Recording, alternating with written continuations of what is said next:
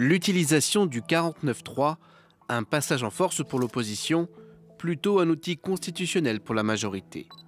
Le gouvernement Borne s'expose une nouvelle fois à une motion de censure. Presque tous les groupes d'opposition la soutiendront, à commencer par le Rassemblement national. Nous allons déposer une motion de censure. Nous voterons l'ensemble des motions de censure déposées. Je pense que Mme Borne aurait dû terminer son laïus en disant qu'elle partait. Elle aurait dû évidemment présenter sa démission, car il s'agit là d'un constat d'échec majeur. Pour la valider, il faut réunir un minimum de 287 voix de députés.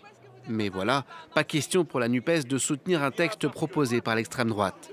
D'où la solution d'une motion rédigée par le groupe indépendant Lyot, qui contenterait toutes les oppositions. Le fait que ce soit le groupe Lyot qui va rédiger cette motion de censure peut penser qu'elle va faire consensus. Et donc le gouvernement pourrait tomber et à ce moment-là, le président de la République pourrait, tout ça, c'est pas une obligation, pourrait dissoudre l'Assemblée nationale.